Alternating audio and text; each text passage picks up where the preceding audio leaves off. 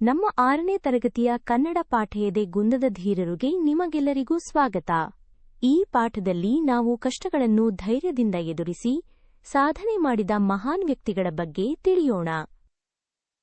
ನಮ್ಮ ಜೀವನವು ತುಂಬಾ ಅಮೂಲ್ಯವಾದುದು ಅಲ್ವಾ ಮಕ್ಕಳೇ?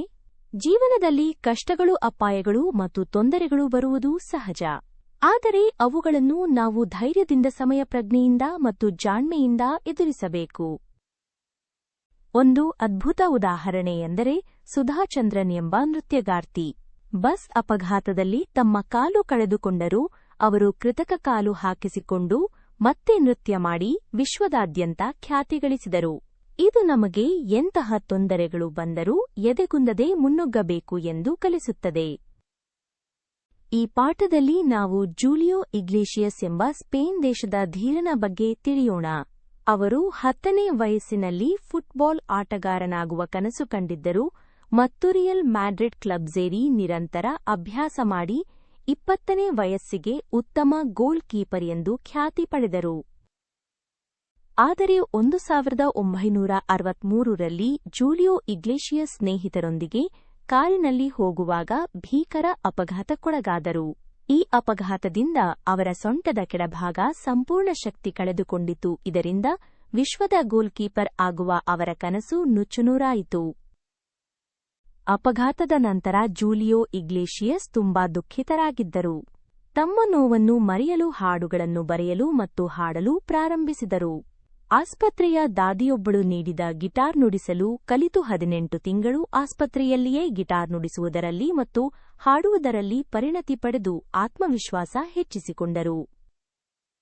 ನಂತರ ಜೂಲಿಯೋ ಇಗ್ಲೇಷಿಯಸ್ ಜೀವನ ಹೀಗೆ ಸಾಗುತ್ತಿದೆ ಎಂಬ ಹೆಸರಿನ ಆಲ್ಬಂ ಹೊರತಂದು ವಿಶ್ವಾದ್ಯಂತ 300 ಮಿಲಿಯನ್ ಆಲ್ಬಂಗಳನ್ನು ಮಾರಾಟ ಮಾಡಿ ವಿಶ್ವದ 10 ಪ್ರಮುಖ ಗಾಯಕರಲ್ಲಿ ಒಬ್ಬರಾದರು. ಅವರ ಜೀವನವು ಒಂದು ಬಾಗಿಲು ಮುಚ್ಚಿದರೆ ಇನ್ನೊಂದು ದಾರಿ ತೆರೆಯುತ್ತದೆ ಎಂಬುದಕ್ಕೆ ಉತ್ತಮ ಉದಾಹರಣೆಯಾಗಿದೆ. ಈಗ ನಾವು ಮಾಲತಿ ಹೊಳ್ಳ ಅವರ ಬಗ್ಗೆ ತಿಳಿಯೋಣ. ಎಲ್ಲಾ ಬಾಗಿಲುಗಳು ಮುಚ್ಚಿದ್ದರೂ ಎಲ್ಲೋ ಒಂದು ಸಣ್ಣ ಕಿಂಡಿಯಿಂದ ಬೆಳಕು ಹರಿದು ಬರುತ್ತದೆ ಎಂಬುದು ಅವರ ಬದುಕಿನ ಸತ್ಯ. ಜುಲೈ 1958ರಂದು ಜನಿಸಿದ ಮಾಲತಿ ಹೊಳ್ಳ ಅವರು ಪೋಲಿಯೋ ವ್ಯಾಧಿಗೆ ತುತ್ತಾದರೂ ಕ್ರೀಡಾಲೋಕದಲ್ಲಿ ಅದ್ಭುತ ಸಾಧನೆ ಮಾಡಿದರು. 1 ವರ್ಷದ ಮಗುವಾಗಿದ್ದಾಗ ಮಾಲತಿ ಹೊಳ್ಳ ಅವರಿಗೆ ಪೋಲಿಯೋ ಬಂದಿತು. ಅವರು ಚೆನ್ನೈನ ದತ್ತಾತ್ರೇಯ ಮೆಡಿಕಲ್ ಸೆಂಟರ್ನಲ್ಲಿ ಚಿಕಿತ್ಸೆ ಪಡೆದರು ಮತ್ತು ಒಟ್ಟು 32 ಶಸ್ತ್ರಚಿಕಿತ್ಸೆಗಳನ್ನು ಎದುರಿಸಿದರು. ಇಷ್ಟೆಲ್ಲಾ ಕಷ್ಟಗಳಿದ್ದರೂ ಅವರು ಪ್ರತಿ ಪರೀಕ್ಷೆಯಲ್ಲೂ ತರಗತಿಗೆ ಪ್ರಥಮಳಾಗಿರುತ್ತಿದ್ದರು. 1975ರಲ್ಲಿ ಮಾಲತಿ ಹೊಳ್ಳ ಅವರು ಬೆಂಗಳೂರಿಗೆ ಹಿಂತಿರುಗಿ ಮಹಾರಾಣಿ ಕಾಲೇಜಿನಲ್ಲಿ ವಿದ್ಯಾಭ್ಯಾಸ ಮುಂದುವರೆಸಿದರು.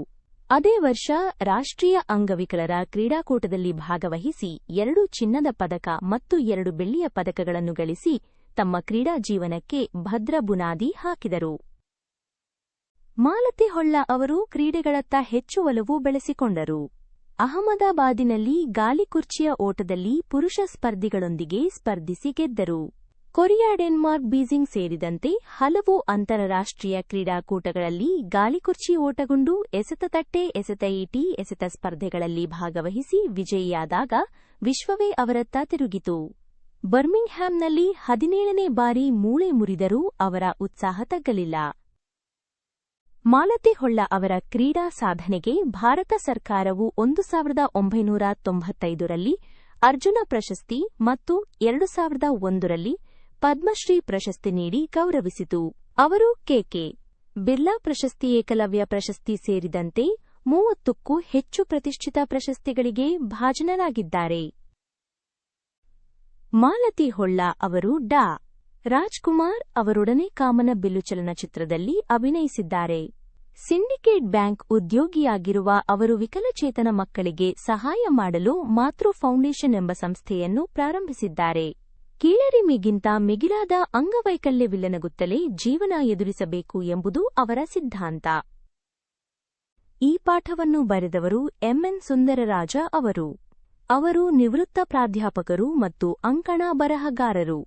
ಜೂಲಿಯೋ ಇಗ್ಲೇಷಿಯಸ್ ವ್ಯಕ್ತಿ ಚಿತ್ರಣ ಅವರ ಹಿರಿಯರ ಹಾದು ಪುಸ್ತಕದಿಂದ ಆರಿಸಲಾಗಿದೆ. ಈ ಪಾಠದಲ್ಲಿ ನಾವು ಅನೇಕ ಹೊಸ ಪದಗಳ ಅರ್ಥವನ್ನು ಕಲಿತಿದ್ದೇವೆ. ಮಕ್ಕಳೇ, ಈ ಪಾಠದಿಂದ ನಾವು ಜೀವನದಲ್ಲಿ ಎದುರಾಗುವ ಯಾವುದೇ ಸವಾಲುಗಳನ್ನು ಧೈರ್ಯ ಮತ್ತು ಆತ್ಮವಿಶ್ವಾಸದಿಂದ ಎದುರಿಸಬೇಕು ಎಂದು ಕಲಿತಿದ್ದೇವೆ. ಒಂದು ಬಾಗಿಲು ಮುಚ್ಚಿದರೆ ಇನ್ನೊಂದು ಬಾಗಿಲು ತೆರೆಯುತ್ತದೆ ಎಂಬ ಸಕಾರಾತ್ಮಕ ಮನೋಭಾವವನ್ನು ಬೆಳೆಸಿಕೊಳ್ಳಬೇಕು. ದೈಹಿಕ ಅಂಗವಿಕಲತೆ ಸಾಧನೆಗೆ ಅಡ್ಡಿಯಲ್ಲ, ಛಲ ಮತ್ತು ಪರಿಶ್ರಮದಿಂದ ಯಾವುದೇ ಗುರಿಯನ್ನು ತಲುಪಬಹುದು ಎಂಬುದಕ್ಕೆ ಜೂಲಿಯೋ ಇಗ್ಲೇಷಿಯಸ್ ಮತ್ತು ಮಾಲತಿ ಹೊಳ್ಳ ಅವರ ಜೀವನವೇ ಸಾಕ್ಷಿ. ಅವರ ಜೀವನ ನಮಗೆಲ್ಲರಿಗೂ ಸ್ಫೂರ್ತಿದಾಯಕವಾಗಿದೆ. This video was generated using Evely.com. It's the all-in-one AI platform where you can instantly turn any PDF into a video, generate interactive quizzes, MCQs, true or false, etc. from your content. Share quiz links instantly. No sign-up needed for your students or friends to take them. Check out Evely.com now and start transforming your documents into engaging videos and quizzes. I have added some sample quizzes in the description for you to practice.